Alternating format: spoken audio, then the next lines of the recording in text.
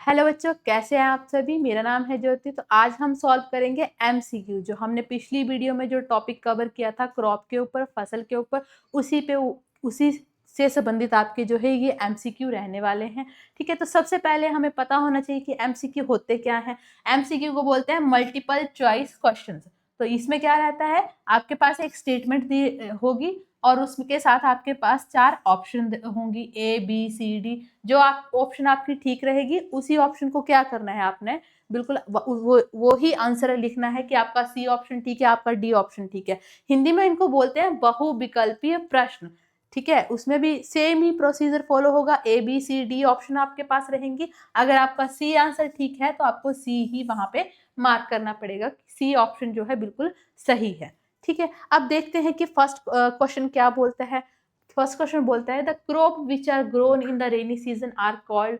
जो फसल आपकी वर्षा ऋतु में उगाई जाती है उसे क्या बोलते हैं। तो हम इसके ऑप्शन की तरफ देखते हैं, rabi crops, seasonal crop, monsoon crops, kharif crops. तो बहुत अच्छे से हमें इसका आंसर पता है कि इसका आंसर क्या बनेगा।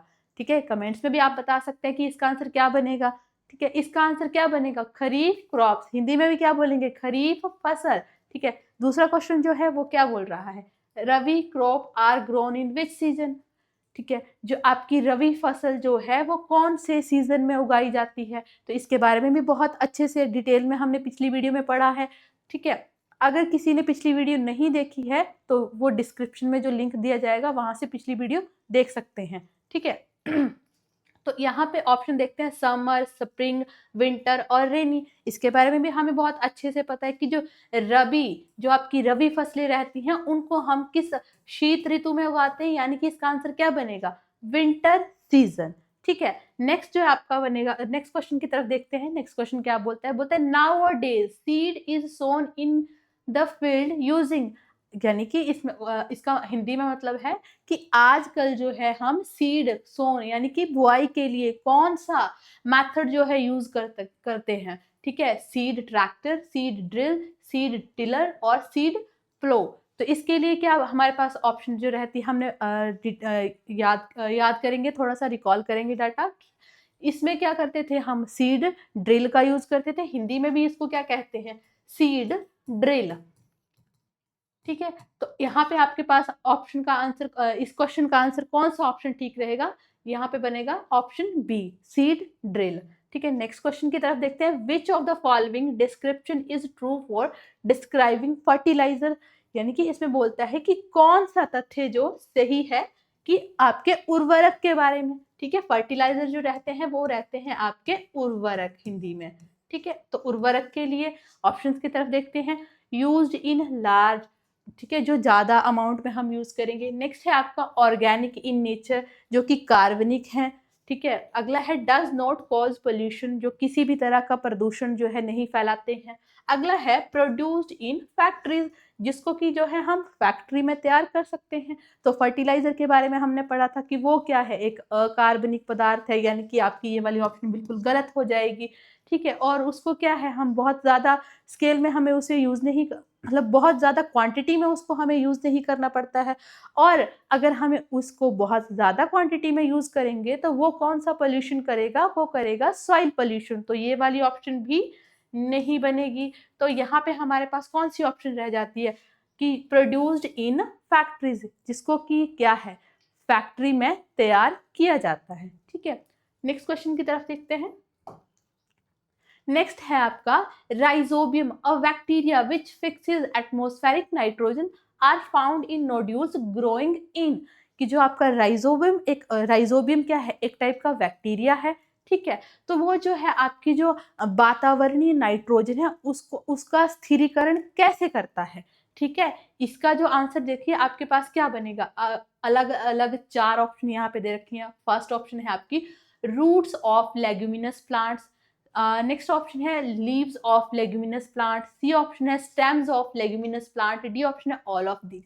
ठीक है, जब भी आपके पास ऐसा क्वेश्चन आता है जिसमें 4 ऑप्शन में और लास्ट ऑप्शन जो दे रखी होती है ऑल ऑफ द अबव, वो बहुत ही कंफ्यूजन क्रिएट करने वाला होता है। ठीक है, तो कंफ्यूज नहीं होना है। जो राइजोबियम बैक्टीरिया जो है वो नाइट्रोजन का स्थिरीकरण यानी कि fixation of nitrogen, atmospheric nitrogen, वो किसके थ्रू करता है? रूट्स यानी कि उसके जड़ के द्वारा, रूट्स ऑफ लेग्यूमिनस प्लांट्स। ठीक है, तो इसका जो हमारा आंसर बनेगा ऑप्शन ए जो है बिल्कुल एग्जैक्टली राइट करेक्ट आंसर जो बनेगा। ठीक है, नेक्स्ट क्वेश्चन जो देखते हैं, बोलता है before sowing the seeds it is necessary to break soil to the size of the grains to get better yield. ठीक है, कि ये बोलता है बुआई से पहले हमें ये बहुत नेसेसरी, बहुत आवश्यक हो जाता है कि मिट्टी में बहुत जो बड़े बड़े ढेले हो जाते हैं उनको हमें तोड़ना पड़ता है, ग्रेन साइज पे लाना पड़ता है, उससे क्या है हमारी पैदावार जो है अच्छी हो। ठीक है, तो उसके लिए हम the main tools used for such are, कि उसके लिए हमारे पास क्या क्या टूल्स जो थे, टूल्स यानी कि आपके जिनकी हेल्प से आप वो एक्टिविटी जो है परफॉर्म करते हैं। ठीक है, तो इसमें आपके ऑप्शन ए क्या बोलता है? ट्रैक्टर, हो, सीड ड्रिल, नेक्स्ट है bull lock, tiller, tractor, next है प्लो, हो, cultivator, option D last option है प्लो, सीड ड्रिल और ट्रैक्टर। तो हम किसकी हेल्प से जो है उनको लेवल करते थे? ठीक है, वो हमारे पास रहते हैं प्लो, हो और कल्टीवेटर, याद रखेंगे। ठीक है, प्लो का मतलब आपका क्या रहता है? हल। ठीक है, हो जो रहता है आपका हो ही रहेगा और कल्टीवेटर कल्टीवेटर ही रहेगा। ठीक है, प्लो, हो एंड कल्टीवेटर। ठीक है, तो इसका ऑप्शन जो है बिल्कुल सी बिल्कुल करेक्ट है। नेक्स्ट क्वेश्चन देखते हैं। नेक्स्ट क्वेश्चन है आपका growing different crops alternatively on the same land is technically called. ठीक है, कि हमें अलग अलग तरह की फसल को एक ही जमीन पे एक के बाद एक, ठीक है, बोना है, तो उस प्रोसेस को उस प्रोसेस को टेक्निकली हम क्या बोलते हैं? Option A crop alteration, crop rotation, crop revolution या क्रॉप चेंज। ठीक है, तो इसके लिए हमारे पास स्पेसिफिक वर्ड रहता है, वो रहता है क्रॉप रोटेशन। ठीक है, इसका आंसर बनेगा क्रॉप रोटेशन। हिंदी में इसको बोलते हैं फसल चक्र। क्या बोलेंगे इसको हिंदी में? फसल चक्र। ठीक है, नेक्स्ट क्वेश्चन देखते हैं। मोट, दैटली एंड राहत आर डिफरेंट। ये जो क्या है, इनको हिंदी में भी यही नाम है इनके, मोट, ढैकली और राहत जो है किस किस तरह के ट्रेडिशनल इंस्ट्रूमेंट हैं या कोई सिस्टम है? देखते हैं ऑप्शन से। Traditional method of cultivation, traditional method of weeding या फिर traditional method of seed sowing, traditional method of irrigation. Traditional method of cultivation में तो आपके प्लो आ जाता है जो कि ये नहीं है। ठीक है, तो ऑप्शन ए बिल्कुल गलत है आपका। बोलते हैं ट्रेडिशनल मेथड ऑफ वीडिंग, ये भी नहीं है। और नेक्स्ट बोल रहा है traditional method of seed sowing, कि परंपरागत मेथड है बुआई का, तो नहीं, ये है बोलते हैं ट्रेडिशनल मेथड ऑफ इरिगेशन, फसल को सींचने का, सिंचाई करने का ये परंपरागत तरीका है। तो ये बिल्कुल आपका एग्जैक्ट आंसर ये है, ट्रेडिशनल मेथड ऑफ इरिगेशन, परंपरागत मेथड है जो आपका सिंचाई का। ठीक है, नेक्स्ट क्वेश्चन देखते हैं क्या बोलता है। नेक्स्ट क्वेश्चन है आपका in the harvested crop the grain seed is separated from the chaff, this process is called. कि जब हमने अपनी फसल की कटाई कर ली, उसमें दाने और भूसे को अलग करने की प्रक्रिया को क्या कहते हैं? ठीक है, ये तो क्या कहते हैं उसको? थ्रेशिंग, सीडिंग, बुआई या फिर प्लोइंग। प्लोइंग को हम बोलते हैं जुताई, और नेक्स्ट है बीडिंग। ठीक है, जो भी हम खरपतवार जो भी हटाते हैं उस प्रोसेस को बोलेंगे वीडिंग। ठीक है, तो उसके लिए हमें बहुत अच्छे से याद है कि उसमें हमने क्या किया था, कि जब चैफ और ग्रेन को अलग अलग किया था, भूसे और आपके जो दाने हैं उनको अलग किया था, उस प्रोसेस को क्या बोलते थे? थ्रेशिंग। ठीक है, तो इसका एग्जैक्ट आंसर क्या बनेगा? थ्रेशिंग। इसका सीडिंग भी बिल्कुल गलत रहेगा, प्लोइंग भी गलत रहेगा और बीडिंग भी गलत रहेगा। आपका आंसर कौन सा ठीक है? Option A. ठीक है, नेक्स्ट क्वेश्चन क्या बोलता है? ठीक है, the farm appliance combine is a combine. ठीक है, तो जो आपके फार्म में यूज होने वाली एक अप्लायंस है, एक मशीन है, कंबाइन। ठीक है, इसका नाम है कंबाइन। ठीक है, वो किस तरीके का संयोजन है? ठीक है, वो किस किस दो चीजों का संयोजन है, कि वो कौन सी दो प्रोसेसेस जो है एक साथ कर सकती है? ठीक है, अब देखते हैं क्या क्या वो प्रोसेसेस है। Ploughing and harvester. ठीक है, यानी कि जुताई और कटाई।